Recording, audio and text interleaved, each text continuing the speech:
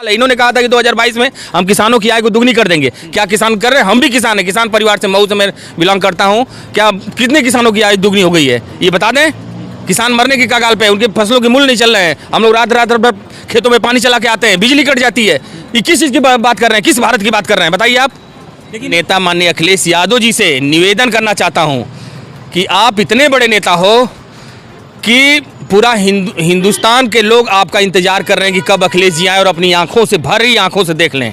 Bharatiya Janata party इस मुल्क को जब तक बर्बाद नहीं कर देगी तब तक इस मुल्क से हटेगी नहीं। तमाम एससी कोटे में पढ़े लिखे लोग हैं, तमाम ओबीसी कोटे में पढ़े लिखे लोग हैं जो सारी भाषाएं जानते हैं। उनको मंदिर का महंत बनाएंगे? नहीं बनाएंगे।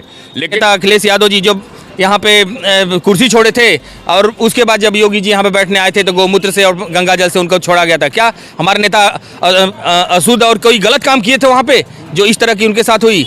ये किसी हर नेता को ये लोग चाह रहे हैं कि इस तरह से करके जनता की निगाह में गिराना चाहते हैं। लेकिन राजघराने का जिसके दादा माँ अरे बाप दादी सारे लोग प्रधानमंत्री रहे हों, वैसे व्यक्ति को जो देश में आज़ादी के बाद सुई से लेकर के जितने भी नए कल कारखानों से लेकर के जितने भी गोला बारूद और मशीनरी जो भी बनी कल कारखाने, वो उनके परिवार के द्वारा बनाया गया, उनके सरकार में बनाया गया।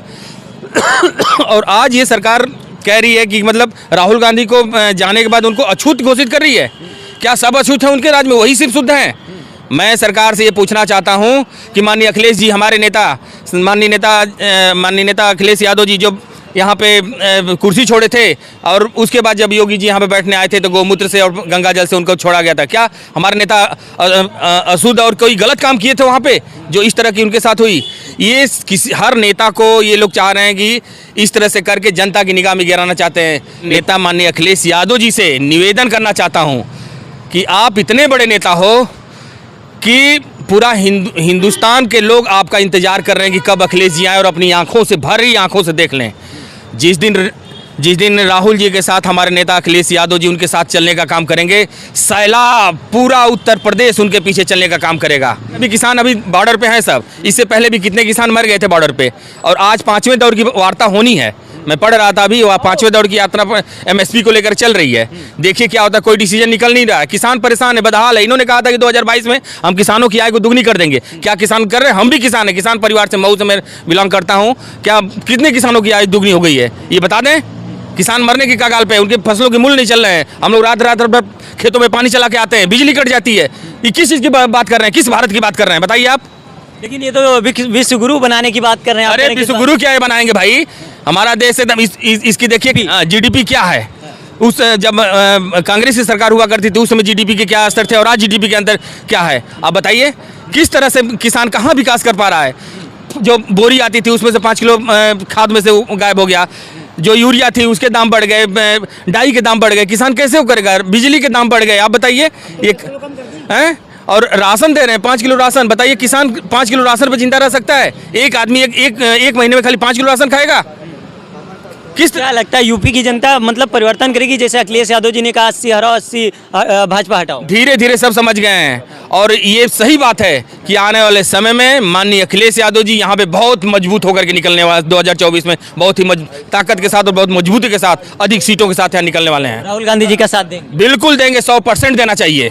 बिल्कुल देंगे। लौटने आपके पास क्या कह रहे थे आप बताइए। किसान जो प्रदर्शन कर रहा है उस पर क्या कहेंगे? आगे साझो। किसान यादव ने जो 17 साल में नहीं कर पाए थे वो 17 महीने में उन्होंने पूरे कर दिए भारतीय जनता के। तेजस्वी यादव का जिक्र किया, लेकिन बिहार में तेजस्वी और राहुल एक यात्रा में साथ दिखे तो माहौल कुछ अलग था। अगर यूपी में अखिलेश और राहुल साथ आते हैं 2017 के बाद फिर तो क्या माहौल होगा? कल साथ रहेंगे, कल साथ में ही रहेंगे, एक ही रथ पे होंगे कल साथ में।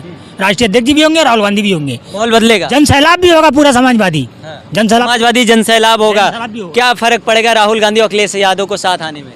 राहुल गांधी और हमारे राष्ट्रीय अध्यक्ष जी एक साथ हो जाएंगे तो इतना बड़ा जन सैलाब हो जाएगा कि महापरिवर्तन जिसका नाम रखा जाएगा। तमाम एससी कोटे में पढ़े लिखे लोग हैं, तमाम ओबीसी कोटे में पढ़े लिखे लोग हैं जो सारी भाषाएं जानते हैं। उनको मंदिर का महंत बनाएंगे? नहीं बनाएंगे। लेकिन मैं आपके चैनल पे बड़ी जिम्मेदारी से कह सकता हूँ, इस्लाम धर्म को मानने वाला इंसान अगर वो है और वो आलिम है, हाफिज है, कारी है, मुफ्ती है, किसी भी मस्जिद का हम उसको पेश इमाम बनाएंगे बशर्ते वो हाफिज हो, आलिम हो, हमारा इमाम बन सकता है। लेकिन यही योगी आदित्यनाथ बातें तो करते हैं संविधान की, लेकिन संविधान पे अमल नहीं करते हैं। क्या ज़रूरत थी? अगर राहुल गांधी जी बनारस में निकल रहे थे तो सिर्फ उनको हिंदू मुसलमान की राजनीति करनी है, बीजेपी को। और भारतीय जनता पार्टी इस मुल्क को जब तक बर्बाद नहीं कर देगी तब तक इस मुल्क से हटेगी नहीं, क्योंकि यहाँ पर इनको न विकास से मतलब है, न शिक्षा से मतलब है, न रोजगार से मतलब है। यहाँ पर इनसे अगर कोई बात करेगा, मैं आपके चैनल पे एक बात बड़ी जिम्मेदारी से कह सकता हूँ कि भारतीय जनता पार्टी का कितना बड़ा भी सीनियर लीडर हो, आप उससे दो पे डिबेट करा लीजिए, उस पर 6 शब्दों पे रोक लगा दीजिए कि इन 6 शब्दों पे बात नहीं होगी, उसके बाद आप बात कर लीजिए। वो 6 शब्द कौन से हैं? हिंदू और मुसलमान, हिंदू और मुसलमान, भारत और पाकिस्तान, मंदिर और मस्जिद, इन पे 6 पे आप प्रतिबंध लगवा दीजिए। इनकी हैसियत नहीं है कि किसान की बात कर लें, नौजवान की बात कर लें, रोजगार की बात कर लें, विकास की बात कर लें, क्योंकि इनकी करनी और कथनी में उतना बड़ा फ़र्क है जितना ज़मीन से लेकर आसमान में फ़र्क है। भारतीय जनता पार्टी का कोई एक नेता आज तक 6 साल से ज़्यादा उत्तर प्रदेश के अंदर सरकार हो गई है, एक भी काम ऐसा नहीं किया जो जनहित का काम हो।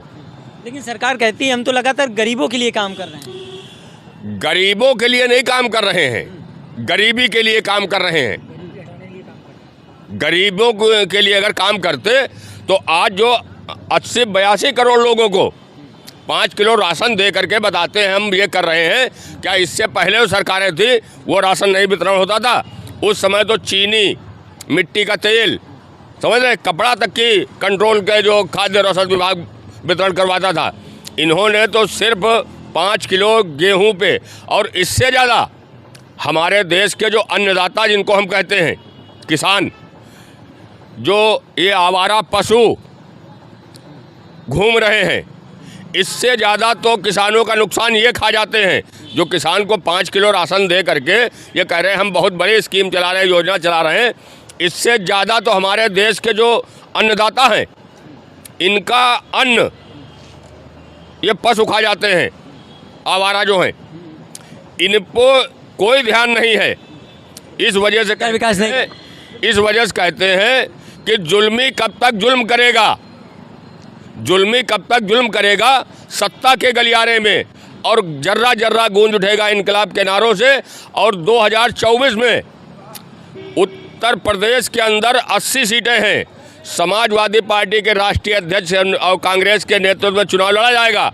इसमें कम से कम 60 सीटें समाजवादी पार्टी अपने नेतृत्व में जीत कर आएगी और केंद्र में पूर्ण बहुमत की सरकार बनाने का काम करेंगे। जय हिंद, जय भारत।